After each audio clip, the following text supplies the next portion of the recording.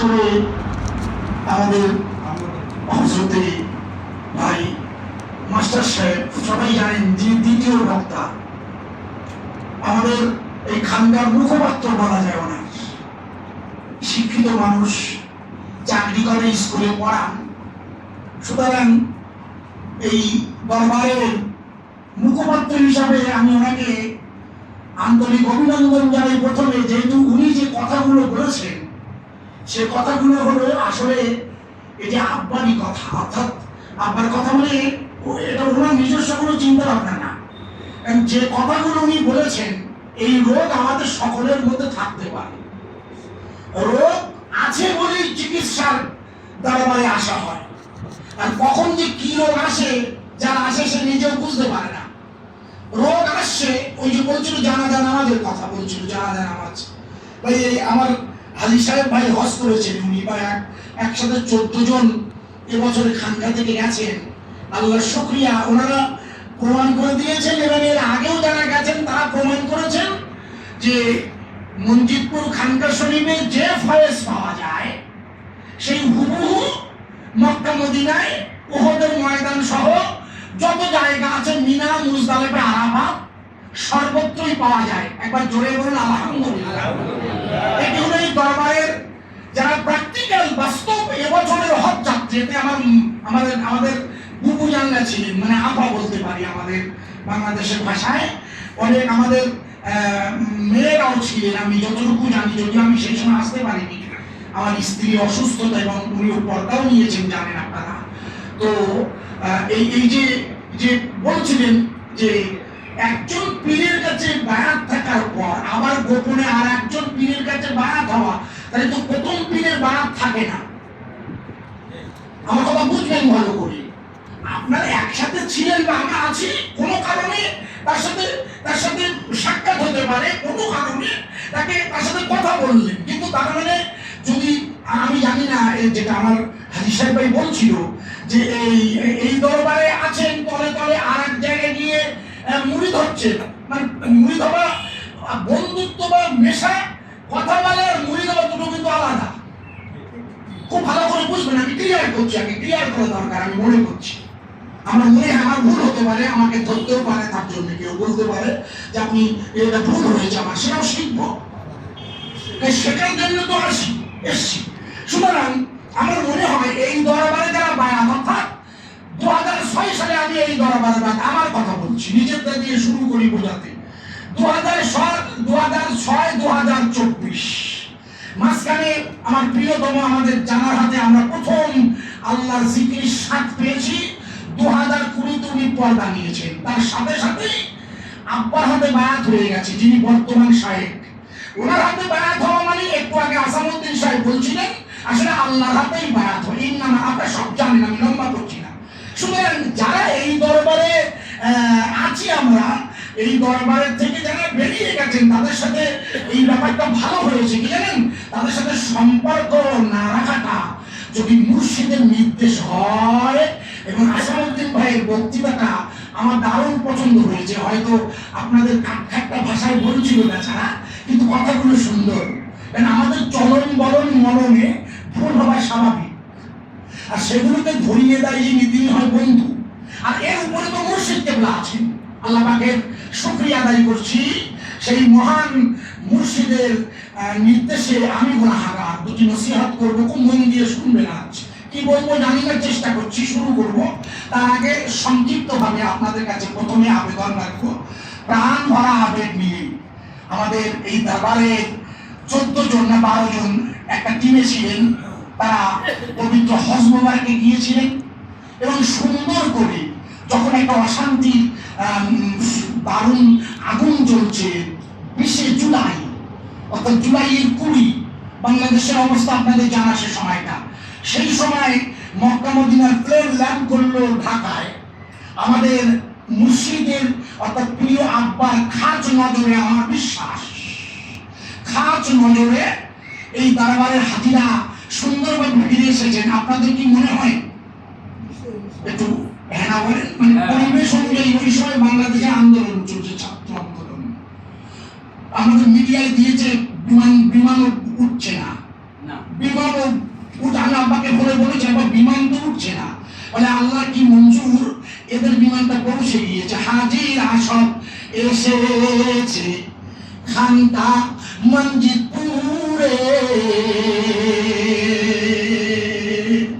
আব্বা জানে নজরেতে মিনা মুজদালিফাতে আরাফাত গেল তারা, আরাফাত গেল তারা মুর্শিদেরই নজরে, করলো দোয়া কবুল মালিকেরই দরবারে, আছে শুয়ে নবী মদিনার রওজায়, সবাই মিলে পড়ি দরুদ বসে মঞ্জিদপুরের খানকায়। আল্লাহুম্মা সাইয়্যিদিনা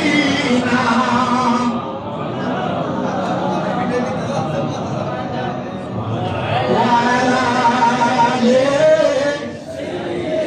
সাইয়্যিদিনা।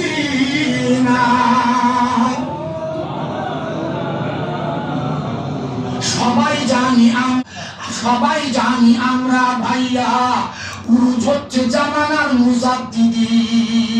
হাসান ভাই বললে শোনো ভাইরা, হুজুর আমার গেলে না,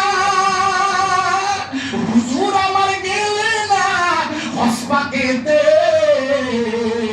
কাবা শরীফ এলো গো সিরহিন্দের জমিনে, কাবা কাবা কাবা কাবা কাবা আছে মক্কায়, আর কাবা খানি কাবা হলো দয়ার নবীর ওসিলায়। আল্লাহ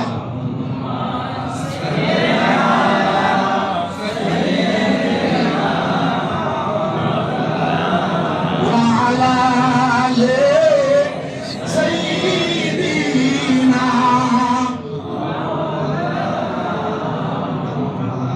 أعوذ بالله من الشيطان الرجيم بسم الله الرحمن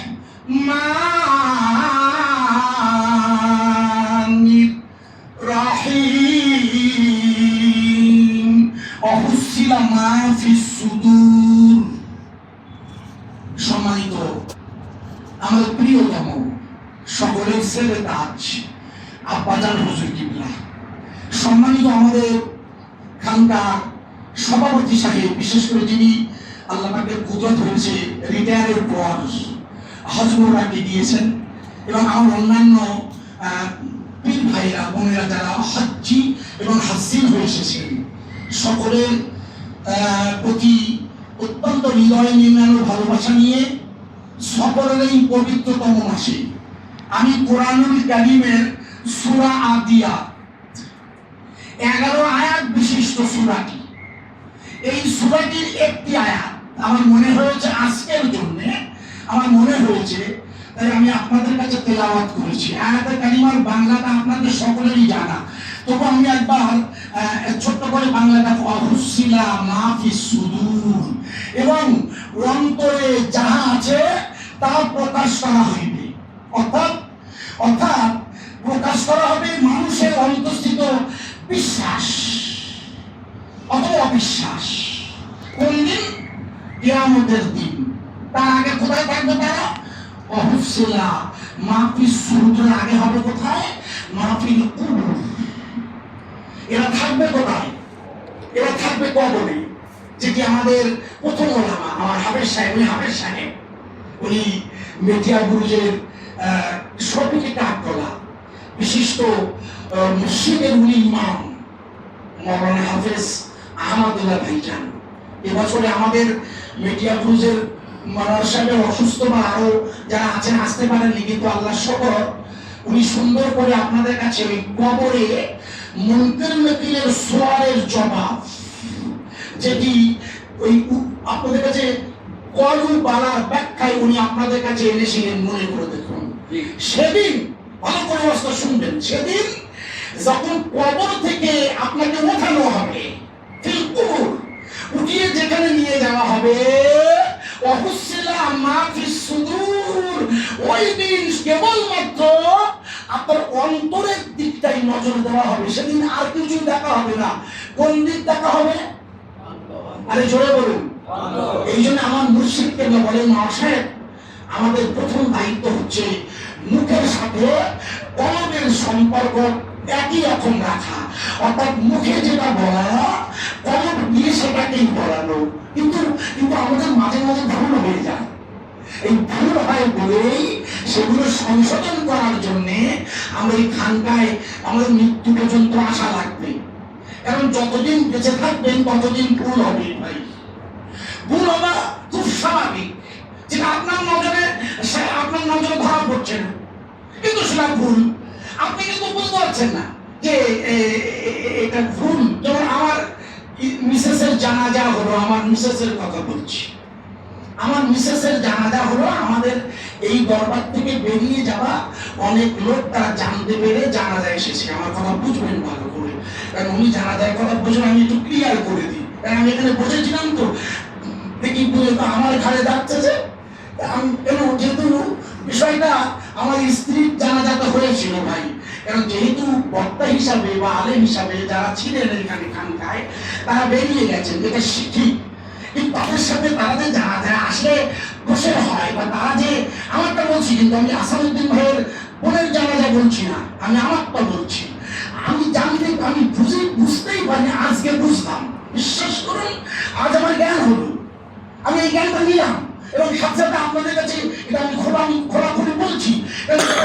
জ্ঞান ভুল হতে পারে, সাথে সাথে জ্ঞান নিতে হয়। অর্থাৎ বোঝা গেল যে যারা আমার মুর্শিদের মানে না, কারণ একটু আগে মহাশয় প্রশ্ন করেছিল, বাপ মা আগে, পরিবার আগে না পীর সাহেব আগে? সবাই উত্তর দিয়েছিলাম আমরা পীর সাহেব আগে। নিঃসন্দেহে মুর্শিদ সবার আগে। সুতরাং মুর্শিদ যখন সবার আগে, তখন আর কোনো সম্পর্ক কারোর সাথে রাখা যাবে না। আমার কথা কি বোঝা যাচ্ছে ভাইজান? এই যে দারুণ একটা বিষয়, এটা কিন্তু আমাদের হয়ে যেতে পারে, আপনাদের বাংলাদেশের জন্য হতে পারে হয়তো, আমাদের এটা কিন্তু আমি এটা চিন্তা করলাম যে সত্যি তো বিষয়টা খুবই জটিল। ঠিক তো আমার হয়েছে যে, অথচ আমাকে বলতে হয়নি। বিশ্বাস করুন, আমাদের এলাকার ওই মোয়ানা আছে, ওকে যে হাজি সাহেব কাসেম সাহেবের ছোট ভাই আছে, মেজো ভাই এসছে, আব্বা এসছে, আমার স্ত্রী মারা গেছে, আল্লাহ কসম যে মাই করে বলিনি। বিশ্বাস করুন, ওদেরকে জিজ্ঞেস করে মাই করে বলি যে মারা গেছে। কেন? মহিলা মারা গেছে, যারা যাবে লোকে জানবে আমার স্ত্রী, যেহেতু আব্বার বায়াত। আর আব্বা শুধু বায়াত নয়, আমি বলবো ইনশাআল্লাহ কিছু কথা, কারণ যেহেতু আল্লাহ তার বান্দার অন্তরটার উপরে আল্লাহ নজর করবেন। আপনি অন্তরের উপরে নজর রাখার জন্য বাহ্যিক যে প্রভাবগুলো অন্তরকে কলুষিত করে, সেইটা আসাদুদ্দিন সাহেব আমাদের ভেঙে দিয়েছেন। আমার কথা ভুলে গেছে কি? উনি ঠিকই করেছেন। ওটা আব্বার নির্দেশ আমি মনে করছি যে না, আমরা যখন এনার কাছে বায়াত হয়েছি, ইনি আমাদের জন্য এনা নতুন করে আর কারোর সাথে সম্পর্ক রাখা যায়। আর অন্য জায়গায় বায়াত তো প্রশ্নই আসে না। অন্য জায়গায় যদি বায়াত হন, যেটা আমার হাজি সাহেব বলছিলেন, তো এ বায়াত থাকে না। আমি বুঝতে পারছি না আমার কথা কি বোঝা যাচ্ছে? বায়াত হয়েছে আব্বার হাতে, আমরা সব ভাই। এরপর যদি গোপনে আর কারোর কাছে গিয়ে বায়াত হই, আমার কথা বোঝা যাচ্ছে কি? সে তো বায়াতে থাকে না, সে যেহেতু মুর্শিদকে মানে না।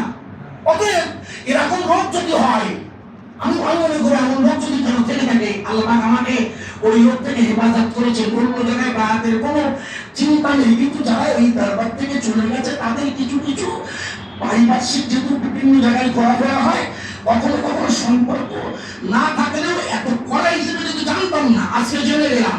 এবং আপনারাও আজ থেকে এটা ফলো করবেন। এটা হচ্ছে এই যারা এই দরবারের সাথে সম্পর্ক নেই, আমাদের তাদের সাথে কোনো সম্পর্ক নেই। একটা জোরে বলুন আমিন। আল্লাহ পাক যেন আমাকে এর উপর ইস্তেকামত রাখেন। আমি নিজেও ইস্তেকামত থাকার জন্য দোয়া রাখছি আপনাদের কাছে। কারণ যে জিনিসটা জানা নেই সেটা জেনে যাওয়া ভালো। অতএব আমি বিশ্বাস করি আল্লাহ পাক কোন দিকে নজর দেবেন, আমার অন্তরের দিকে আল্লাহ দেখবেন। আর এই অন্তরের দিকে দেখবেন বলে আমরা সব রোগগ্রস্ত অন্তর নিয়ে খান্দা শরীরে আসি হয়ে যান। কিরকম রোগ? আমি দুটো একটা উদাহরণ দেবো, খুব মন দিয়ে আপনারা শুনবেন, বোঝার চেষ্টা করবেন। আচ্ছা, এখানে আমরা যারা আছি আপনাদের কি মনে হয় যে আমরা যারা এসছি আমাদের মধ্যে যে রোগ, যত রকমের রোগ হচ্ছে তার মধ্যে একটা বড় রোগ কিন্তু যারা আমরা বসে আছি, মানে আমাদের যারা আমরা আছি, আমাদের যদি আমাদের টাকে চুল না থাকে, টাক, আমার মাথায় টাক, চুল নেই, মনে করুন এটা একটা দুঃখ, এটা আমার একটা দুঃখ। জানলা আমার মাথায় আপনি চুল দেননি, এটা দুঃখ। হ্যাঁ, আচ্ছা, একজন তার শরীরে ঘা, খুব ভালো করে বুঝবেন, সেই লোকটার মনের ব্যথা না, এই রোগটা যদি আমার ভালো হতো আমার খুব ভালো হতো। আচ্ছা, এই দুটো লোকের চেয়ে যে লোকটা অন্ধ, এই দুটো লোকের চেয়ে যে লোকটা অন্ধ লোক, সেই লোকটা তার চোখ দুটো ভালো করা বা ভালো হবে, চোখ দুটো দিয়ে সে দেখবে, এই প্রথম দুজনের চেয়ে তৃতীয় ব্যক্তির গুরুত্বপূর্ণটা বেশি না ভাই? এটা হ্যাঁ না বলুন, বুঝবেন। প্রথম ব্যক্তি তার টাক, চুল নেই মাথায়, রাগ হয়, আল্লাহ চুল নেই, লোকে গেলে নেড়া নেড়া করে এইগুলো। আর যার আপনার মনে আছে বলছিলেন কুষ্ঠ রোগ, দুর্গন্ধ, তারা অনেকে ঘৃণা করে, রোগ ওটা রোগ। কিন্তু এর যে মারাত্মক রোগ হলো যার চোখ দুটো নেই, যার চোখ দুটো নেই। আল্লাহ বলছেন তোমরা তো বস্তুত অন্ধ, তুমি তো অন্ধ, তোমরা যে বলছো না আমরা যে চোখে দেখি, আমার কথা বোঝার চেষ্টা করবেন। আর তোমরা যে চোখে দেখো, আমরা যে দেখি, বস্তুত তো আঙ্গুল সুমন, বস্তুত আমরা অন্ধ, বস্তুত। মানে অন্ধ লোকের চোখটাকে যিনি আলো জ্বালাবেন, সেই লোকের কৃতজ্ঞতা তার মতো আর অন্য দুজনের সমান হবে কি ভাই? এটি হাদিস শরীফ। এটা বনি ইসরাইলের যুগে, ছোট্ট করে বলছি, মহাশয় আছেন, ছোট্ট করে একটু বলে বক্তব্য। বনি ইসরাইলের যুগে হাদিসে বুখারী মুসলিম এসছে, তিনজন লোক ছিল। প্রথম লোকটি হলো কুষ্ঠরোগী, তার কুষ্ঠরোগ খুব ব্যথাদার মনে। দ্বিতীয় লোকটি হলো টাকওয়ালা, অর্থাৎ প্রথমটা টাকওয়ালা হতে পারে, দ্বিতীয়টা কুষ্ঠ। এই দুজন। আর তিন নম্বর লোকটি অন্ধ। আল্লাহ মঞ্জুর হয়েছে ফেরেশতারা আল্লাহর তরফ থেকে এসেছেন ওই প্রথম 1, 2, 3 তিনজন ব্যক্তির কাছে ওই কথাবার্তা বলতে, যে তোমাদের মনের দুঃখ তো। ফেরেশতারা আসছে, আল্লাহর তরফ থেকে ফেরেশতা এসেছেন। বুখারী বর্ণনা করেছে, তাই তো ভাই? বুখারী বর্ণনা করেছে প্রথম ব্যক্তিটি যিনি বসে আছেন তাকে আমি কুষ্ঠরোগী দিয়ে ধরছি। প্রথমটাই কুষ্ঠরোগীর কাছে এসে বলছেন, ভাই আপনার মনের ব্যথাটা কি? বলে আমার মনের ব্যথা হলো ভাই আমার এই কুষ্ঠরোগ, গন্ধ, কেউ আমার ধারে আসে না, কেউ আমার কাছাকাছি আসে না। এই রোগের কোনো কি ব্যবস্থা আছে সারানো? বলে আলহামদুলিল্লাহ। কেন নেই? আরে আমি আপনার গায়ে হাত বুলিয়ে দিচ্ছি, আপনার শরীর তো ভালো হয়ে যাবে, নতুন চামড়া গজাবে। লোকটির শরীরে বুখারী বর্ণনা করেছে যে হাতটা বুলিয়ে দিয়েছে ফেরেশতা, ওর কুষ্ঠরোগটা ভালো হয়ে গেছে। একবার জোরে বলুন সুবহানাল্লাহ। একটু জোরে বলুন সুবহানাল্লাহ, আরো জোরে সুবহানাল্লাহ। ভালো করলেন কে? আর জোরে বলুন আল্লাহ। হাত বুলালেন কে? ফেরেশতা। মাথায় রাখবেন, আমি ধর্ম করে আসছে, একটু বলতে দিন, ভালো করে বোঝার চেষ্টা করবেন। আচ্ছা, ফেরেশতা বললেন, আচ্ছা আপনার রোগ তো ভালো হয়ে গেছে, এখন চেহারা সুন্দর হয়েছে, আপনি আমার কাছে কি চান বলেন? বলে আমি কি চাইবো, আপনি কি দেবেন বলেন? তাহলে আমি আপনাকে একটা মহিলা গরু গাভিনী দিচ্ছি, মেয়ে মহিলা গরু গাভিনী বলা হয়, আপনাকে একটা দিচ্ছি। বলে আচ্ছা ঠিক আছে দেন। ওইটাকে বলে আপনি কি করুন, এটা আপনার সংসার নির্মাণের জন্য এটাকে আপনি ইউজ করবেন। আল্লাহ কি মঞ্জুর হয়েছে জানেন? অনেকদিন পর ওকে প্রচুর পরিমাণ গাভী থেকে হাজার হাজার গাভীর মালিক সে।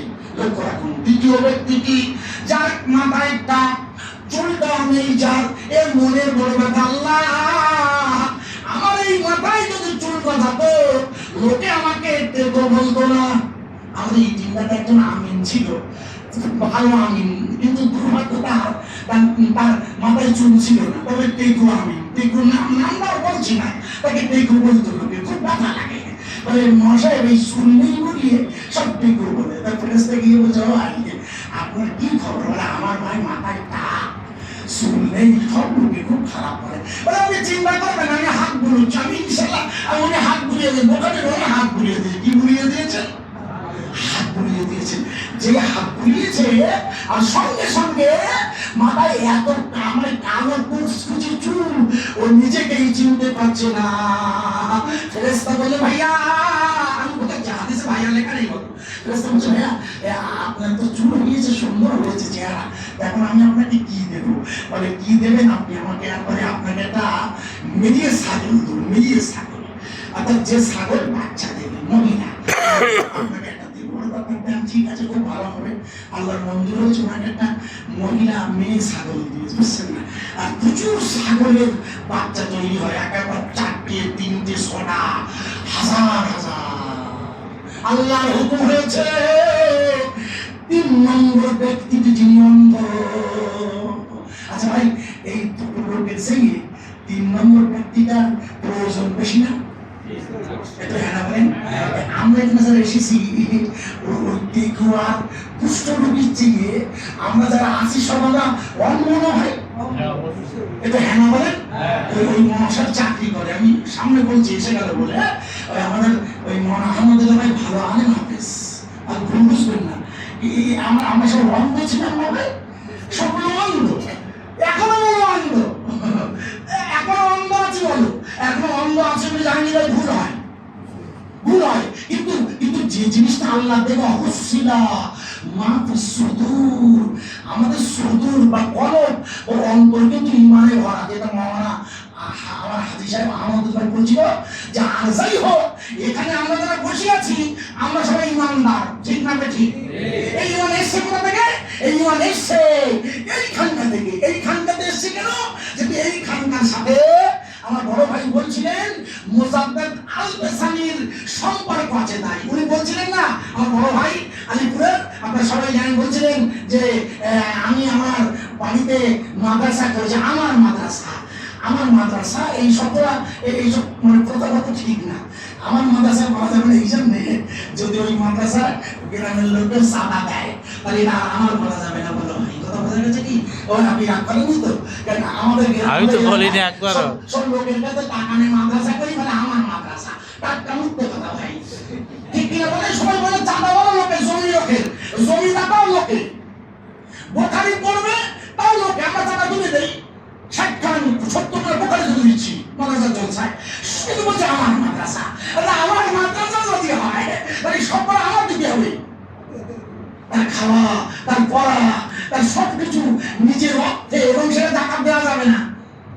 জাকাতে চলবে না, এতিম ছাড়া তো জাকাত পাবে না। এতিম ছাড়া জাকাত পাওয়ার আগে সেখানে হাওলা করতে হবে, মাল করি। আমার কথা বোঝা গেছে কি? হ্যাঁ বলেন। আমি মনে করছি আমার মাল করি আছে, একটা মাদ্রাসা করি পড়লাম, জাকাত দেয় না। এতিমদের দিতে হবে, আগে তাদের টাকা দিতে হয়, আগে টাকা দিতে হবে, তারপর বলতে তোমার মাদ্রাসার নামে দান করো। আচ্ছা ভাই, আমাকে যদি কেউ 1 লাখ টাকা দেন তা আমি মাদ্রাসার নামে এমনি দান করতে চাবো ভাই? একটু হ্যাঁ বলেন। ওস্তাদ শিখিয়ে দেয়, তাই তুমি বলবে এই টাকাগুলো সব আমি আল্লাহর রাস্তায় মাদ্রাসায় দিলাম, ভাই বলে না ভাই? মহাশয় ভাই সাক্ষী দেন, বলি আছে না? হ্যাঁ সব বলে, বলে এই টাকা হলো আর এমন মালিক বলো আমি, কাই দিয়ে দিন হয় আমি এপ্রিল আসি, বাপ নেই নাই মা নেই, অত দুটোই নেই, আমার হাতে মাল গেছে, আমারই বলতে হচ্ছে যে ভাই আমার টাকা বলতে হচ্ছে আপনার কাছে দিলাম। কেউ মনে করে দেয় হ্যাঁ না বলেন? কেউ দেয় না, তাহলে আমার প্রতি মাদ্রাসা হয় না। ভাই আপনি রাগ করবেন না, ভাই যদি একা চালায় আলাদা কথা, নিজের মধ্যে করে বই ভাবলাম ভাইয়া, যেটা বলছিলাম আপনাদের কাছে বোঝানোর জন্য, তাহলে কি হলো ভুলে যাবেন না জানো? ওই তাহলে আমরা এখানে যারা এসেছি আমরা সবাই রক্তস্থ, কিন্তু এই রোগের মধ্যে সবচেয়ে বড় রোগ যার, সে হচ্ছে অন্ধ। যে আমরা সবাই অন্ধ ছিলাম না ভাই? আমার নিজের কথা বলছি, আমার এখনো আমি অন্ধ আছি, এখনো সব বুঝতে পারি না। আমার মুর্শিদকে আব্বা হুজুর যে কথা বলে সব বুঝতে পারি, মনের কথা সব বুঝতে পারি না আমি, বিশ্বাস করুন, উনি যে বক্তৃতা যে কথা বলেন মোবাইলে যখন আলাপ হয়, সব কথা আপনার বুঝতে পারবেন কিনা জানি না, কিন্তু আমি এত অন্য পাগলা কিন্তু সব কথা ধরতে পারি না আপনার, বিশ্বাস করুন। অথচ দেখতে দেখতে প্রায় 18 বছর কম বেশি এখানে আসে, 18 বছর আল্লাহ তো জানেন, অথচ কিছুই এখনো শিখতে পারলাম না, এখনো অন্ধ। তাহলে আমার অন্ধকে যিনি আলো এনে দেন, কোন আলো? যে আলোর মূল মশাল এই মুহূর্তে খাইবে জামান ইমাম রব্বানি মুজাদ্দেদ আল-বেসানি শায়েখ আহমদ ফারুক সিরিহিন্দি জানার নামে আমার বড় ভাই মাদ্রাসা করেছেন। কিসের জন্য? যে ওনার রুহানি ফায়েজের নবে, রুহানি ফায়েজ আমার বড় ভাইয়ের নিয়ত, এবং সেই সাথে আমরাও যেহেতু দোয়া রাখছি যে আমাদের খানকার এক ভাইজান মাদ্রাসা করেছেন এমন মুজাদ্দেদের নামে, যার ফায়েজের নেওয়ার লোভে আমরা এই খানকে এসে দাঁড়াই। সেই মুজাদ্দেদ আল-বেসানিকে বোঝার জন্য দুটো নসিহত করছি ছোট্ট করে। ওয়াজ মনে আছে তো? ভুলে যাবেন না তো? সবচেয়ে বড় লোক কি বলেছি? সে অন্ধের কাছে এখনো যাইনি, কিন্তু আমি একটুখানি দাঁড়ান, অন্ধের কাছে যাচ্ছি। তার আগে একটা ছোট্ট নসিহত করছি। কি নসিহত? মুজাদ্দেদ আল-বেসানি, যার পবিত্রতম ইসরের স্বভাব, যার ইসরের সব এসেছে কি নিতে? ফয়েজ আর বরকত নিতে। ওই ফয়েজ বরকত দেবেন কে? প্রিয়তম মুর্শিদ কিবলা, যিনি আজকে মাগরিবের নামাজে, আমার মনে হয় আজকে আপনারা আমার যে ছোটখাটো জ্ঞান দিয়েছে আল্লাহ, আজকে মাগরিবে যদিও একটা অনুষ্ঠান, যেহেতু একটা অনুষ্ঠান এবং যেহেতু এখানে আল্লাহ রাসূল সাল্লাল্লাহু আলাইহি পর্যন্ত আগমন, যেহেতু আমার দেখার নসিব হয়নি এখনো, কিন্তু আল্লাহ পাকের নবী রাসূল ওলিরা সব এখানে আসেন সেই বরকত, এবং যেহেতু আমাদের মুর্শিদে আওয়ালের রওজাত ওয়াজ খানকায় কোন রওজাত ওয়াজ ফয়েজ বিশ্বনাথ বিকেলবেলা গিয়েছিলাম, যারা ছিলেন তারা কম সাক্ষী দেবেন। আজকের বিকালবেলা আল্লাহ পাকের শুকর আদায় করছি। তো আমরা এসছি কিসের জন্য? ফয়েজ দিতে। কার কাছ থেকে নেব? মুর্শিদ কেবলার কাছ থেকে নেব। তিনি কোথা থেকে আনলেন? আল্লাহর কাছ থেকে। আর এই ফয়েজ বরকতের সিলসিলা কোথা থেকে এসেছে?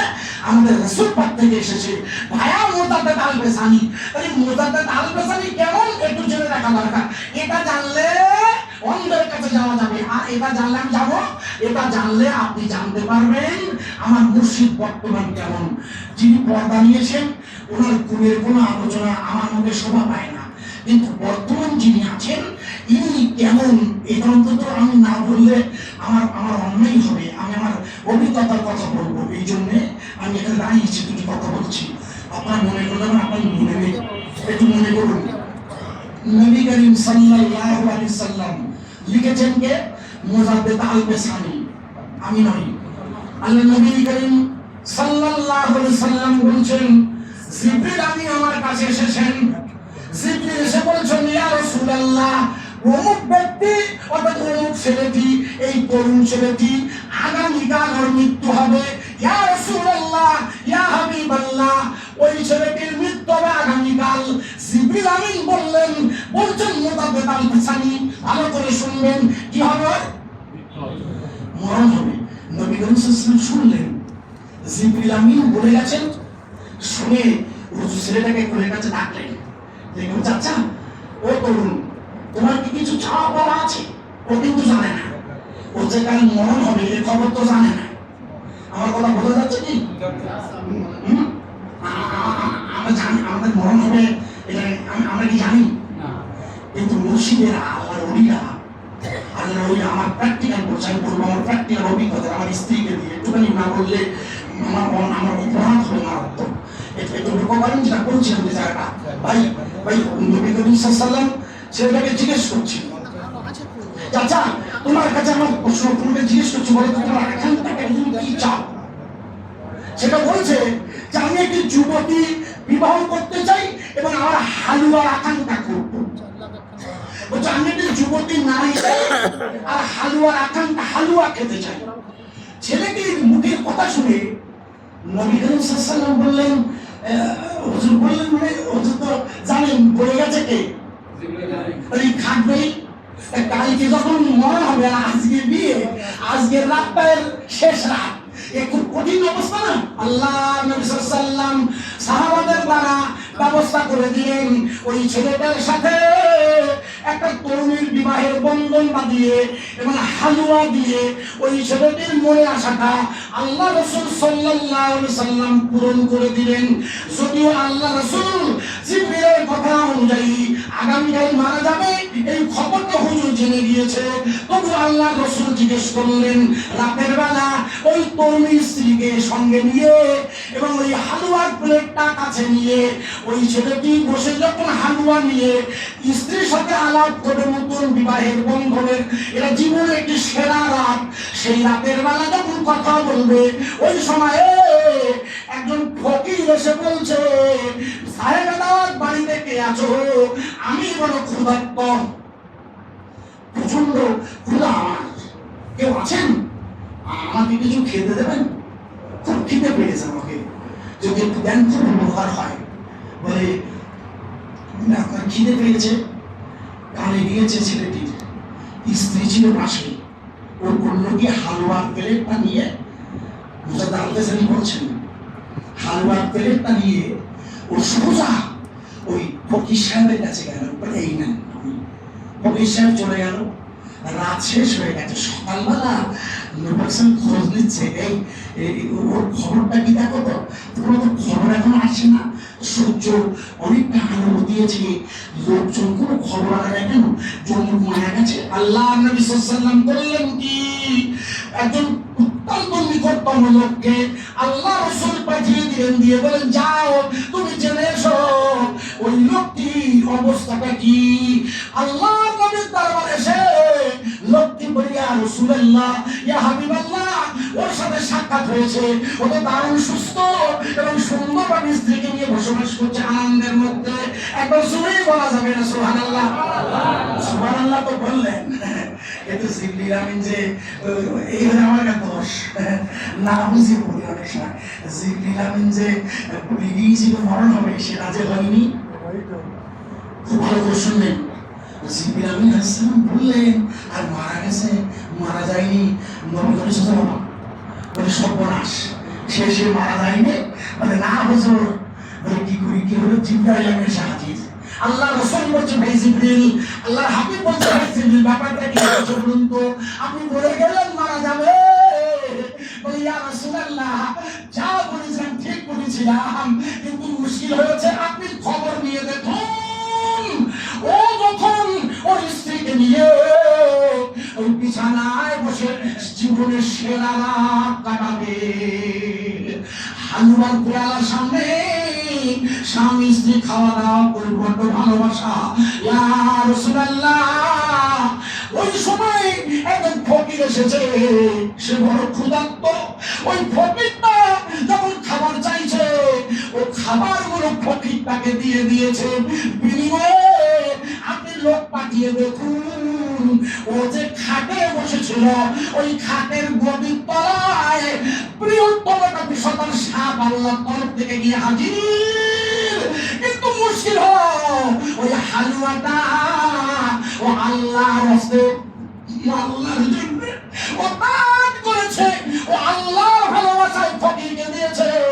ওই হালুয়াটা ওই সাপের পেটে গিয়ে এত এত বড় হয়ে গিয়েছে, সাপটা মারা গেছে ইয়া রাসূলুল্লাহ।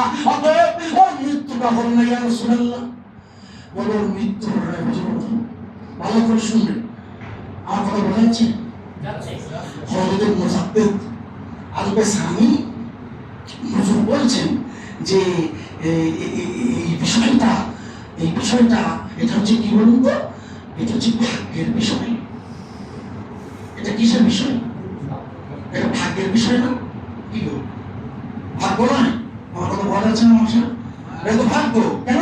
মৃত্যু হবে লেখা, অথচ সাপ এসে রদ করে গেল। এখন আমাদের প্রথমেই খুঁজতে হবে এই ভাগ্য কত প্রকার। এটাকে বোঝার জন্য আমি মুজাদ্দিদ হুজুরের কিতাব থেকে বলছি, কিন্তু এটাকে বোঝার জন্য এইখানে একটা রিওয়ায়াত একটু রাখছি। আমার মৌলানা আহমদুল্লাহ ভাই আমার এলাকার লোক তো, ইন্ডিয়ান আলেম, আমরা একটু না বললে ওনার নাম না বলে আমার খারাপ লাগছে। কেন? উনি বলছিল যে স্বয়ং যদি বড় বিশ্বাসও আসে, বলেছিল না, আমি এখানে বসে শুনছিলাম, উনি বলছিল না যে স্বয়ং যদি বড় বিশ্বাসও আসে এখন, তবু আমরা আমাদের মুর্শিদের, তাহলে এখন যদি খাজা বাবা আসে, শুধু বড়বেন না, সব যদি আসে, তবু আমরা আমাদের মুর্শিদের কদম মুবারকে থাকবো। একটু জোরে বলে ইনশাআল্লাহ, আরো জোরে ইনশাআল্লাহ। সুতরাং এই যে বড় পীর সাহেব, এই বড় পীর সাহেব হুজুর মুজাদ্দেদ আল বেসানির পীর সাহেব বলেছেন, মুজাদ্দেদ আল বেসানি কত পীর, উনি কত তরিকা করেছেন সব আপনারা জানেন। এই মুজাদ্দেদ আল বেসানি বলেছেন, আমার পীর সাহেব আমাকে বলছে, বাবা, আরে বাবা শোনো, আমি তোমাকে একটা কথা বলি।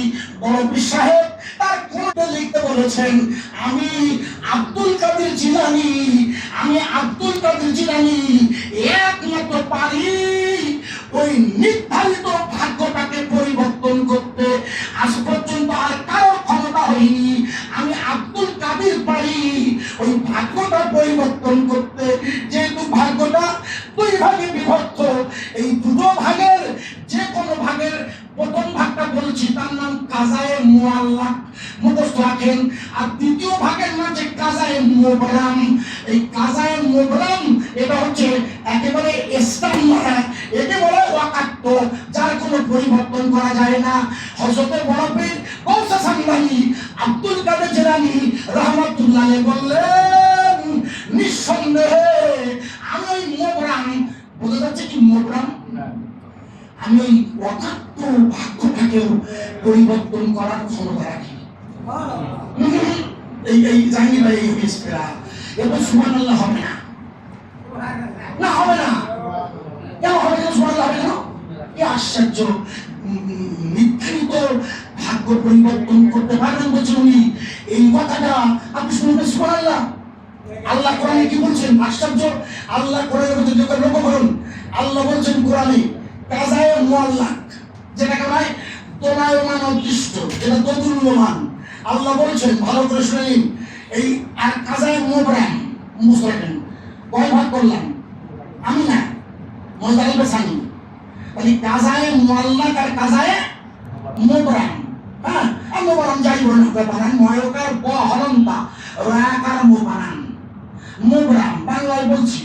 এই দুটো অর্থাৎ কাজায়ে মুআল্লাক দোদুল্যমান ভাগ্য, আর কাজায়ে মুবরাম এটা হচ্ছে অকাট্য অদৃষ্ট, যেটা পরিবর্তন করা যায় না। কোরআন শরীফের আয়াত বাংলা শুনুন, আমার নিকটে, ভালো করে শুনুন, আমার নিকটে আল্লাহ বলছেন বাক্যের পরিবর্তন ঘটে না। বুঝতে পারবেন, আমার নিকটে বাক্যের পরিবর্তন ঘটে না, এটা হচ্ছে অকাট্য দলিল মুবরাম।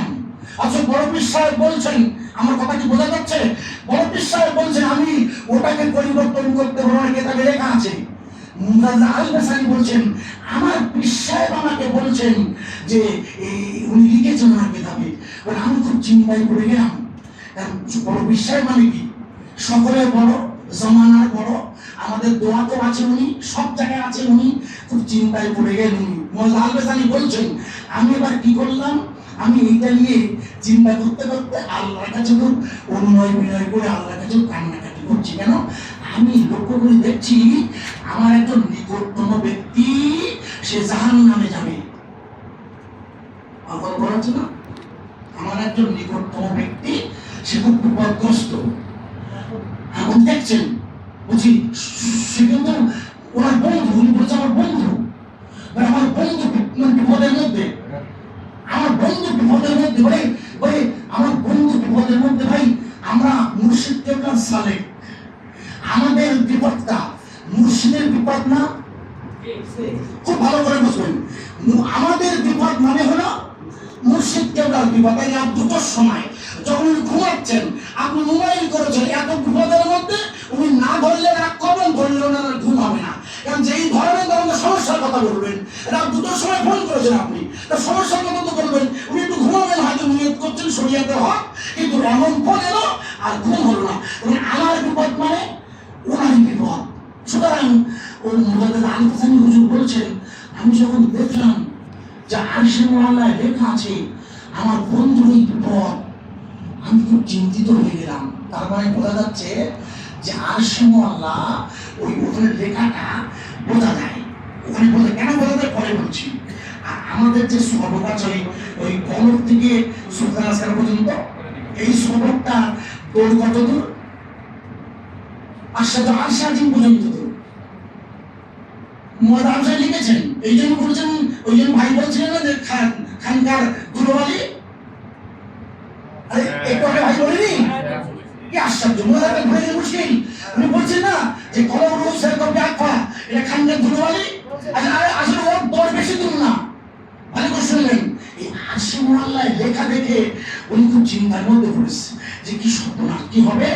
আমি খুব কান্নাকাটি করে, আমার বন্ধু ভাই, আমার স্ত্রী না, বিশ্বাস করেন, আমার স্ত্রী আব্বার হাতে বায়াত ছিলেন, রুহু পর্যন্ত সবক ছিল আমার স্ত্রী, কিন্তু পরবর্তীতে এত অসুখ হলো, এত মারাত্মক শরীর খারাপ হলো, নামাজ কালামও ঠিক মতো আদায় করতে পারত না। ঠিক মতো আমি সামনে দাঁড়াতাম, পিছনে বসতো, আমার কিছু মনে নেই, আমি নিজে উঁচু করিয়ে দিয়েছি, আমি পা তুলে কি করবো, বলে আমি নামাজে বসবো। খুব ভালো করে শুনবেন ভাই, এটা হচ্ছে শরীয়তের ত্রুটি। এই যে ত্রুটিগুলো হচ্ছে তার শরীয়তের ত্রুটি।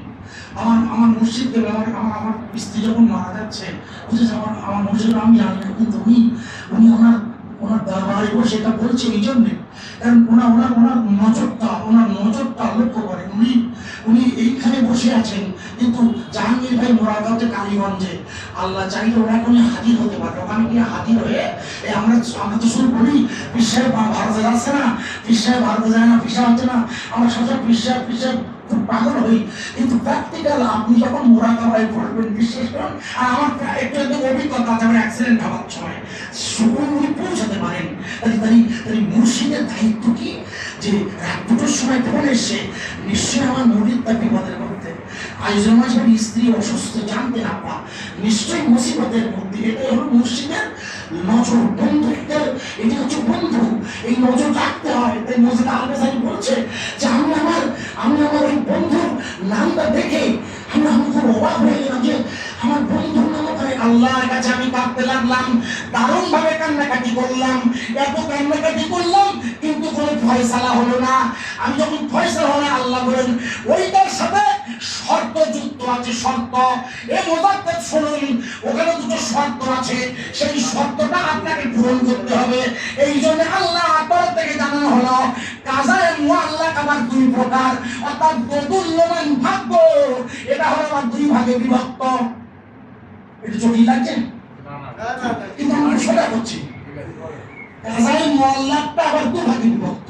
প্রথম ভাগটা হচ্ছে, শুনুন, যেটা আরশে মুআল্লায় লেখা থাকে, ওটাকে বলা হয়েছে, ওটা সত্য হচ্ছে ফেরেশতারা শোনে, ফেরেশতারা দেখে, ওটাকেই জানিয়ে দেওয়া হয়েছে, ওটা কোনো ওহী নয়। ওটা কি ওহী নয়? ক্লিয়ার? তাহলে জিবরাইল আমিনের কাছে, জিবরাইল আমিন নবীর কাছে ওহী আনেনি। আপনারা বুঝতে পারছেন না? জিবরাইল আমিন কি ওহী এনেছিলেন? ওহীর কি ভুল হয়?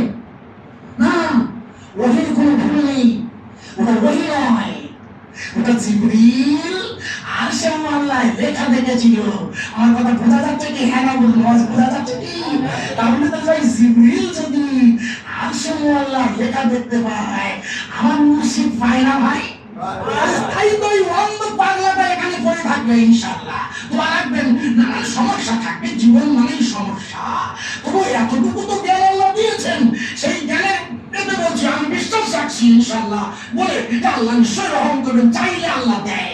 তাহলে আমার মুজাদ্দেদ আল-বাসারি বলছেন যে ফেরেশতারা যেটা দেখলেন ওটা হচ্ছে শর্তযুক্ত, ওটা ওহী নয়। কাজায়ে মুআল্লাক ভালো করে শুনলেন প্রথম ভাগ। দ্বিতীয় ভাগ হলো, ভালো করে এবার শুনে নিন, দ্বিতীয় ভাগ হলো আমার আল্লাহ বলেন মুজাদ্দেদ, দ্বিতীয় ভাগটা শর্তযুক্ত, ওটা আল্লাহর সাথে জড়িত। কি বলছেন?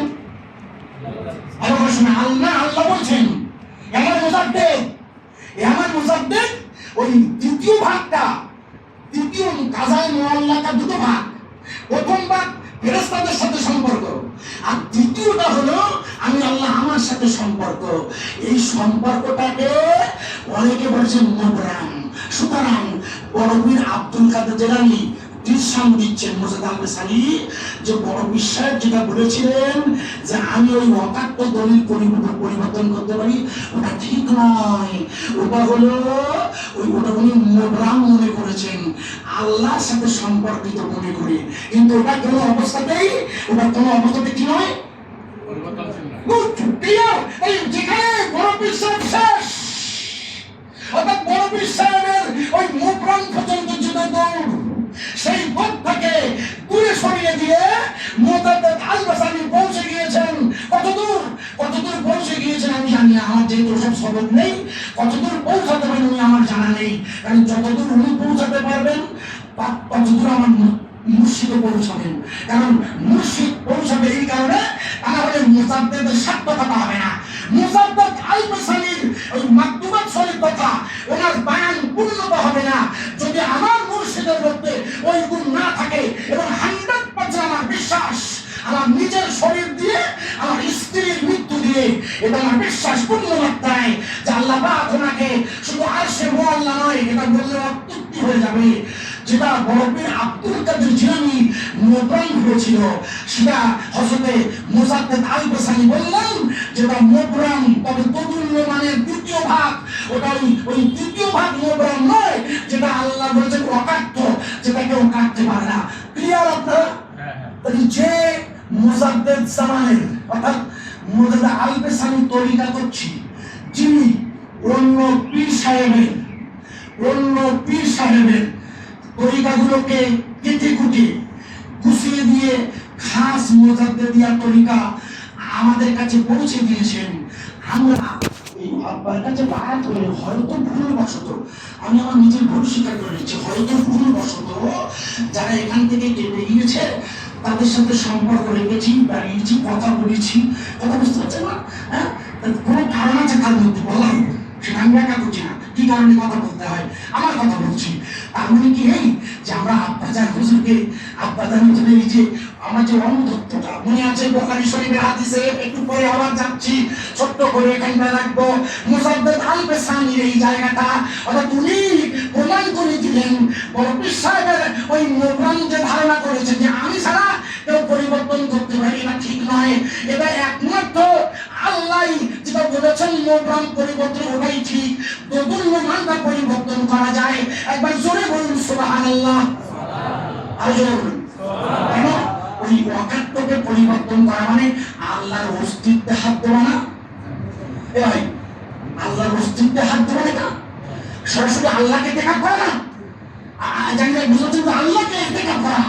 আল্লাহর নিজের যে বিশেষত্ব আছে তার মধ্যে ওটা একটা ঘটবেই, যেটা আমার কথা বোঝা যাচ্ছে কি? সুতরাং ঘটবে কি? এতটা বড় লোক ঘটবে কি? ওই ওই ওই আপনার নিজে কুষ্ঠরোগী, তার চেহারা ভালো হওয়া, ওর বিয়ে হবে, সংসার হবে, প্রচুর সাগর হবে ওর বাড়ি। মনে করে দেখুন বুখারীর বর্ণনা, ওই ফেরেশতা এবার পৌঁছে গিয়েছে অন্ধ লোকটার কাছে। চোখওয়ালা লোকটা, এরা দুটো, আর এটা চোখ নেই, এই চোখ বন্ধ। ভাই এর কাছে এসে বলছে, ভাই সাহেবা আপনি কি জান? ভাই আল্লাহ না করুন, আমাদের সব আছে, কিন্তু গলতটা বন্ধ ছিল, টাকা পয়সার অভাব নেই, যে যেমন তার, যে যেমন ব্যক্তি তার আল্লাহ তেমন পয়সা দিয়েছে, পয়সার অভাব নেই, স্ত্রীর অভাব নেই, চেহারাটা বেগের মতো না। শুধু অভাবটা কি? এই অন্ধটা দূর করা।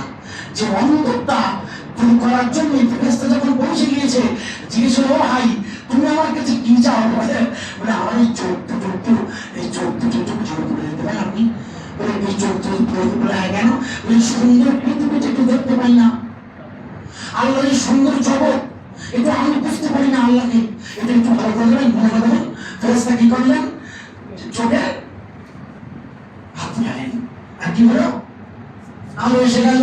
আমার আব্বা জানেরা, আমার মুর্শিদ যখন কলবে হাত বুলিয়ে দেয়, আমাদের মোর্শেদ আল বেসানি হুজুরের তরিকা নিয়ে বললেন, প্রথম দিন যার কলবে হাত দেয়, আল্লাহ চাইলে ওখানে আল্লাহ জিকির জারি হয়ে যায়।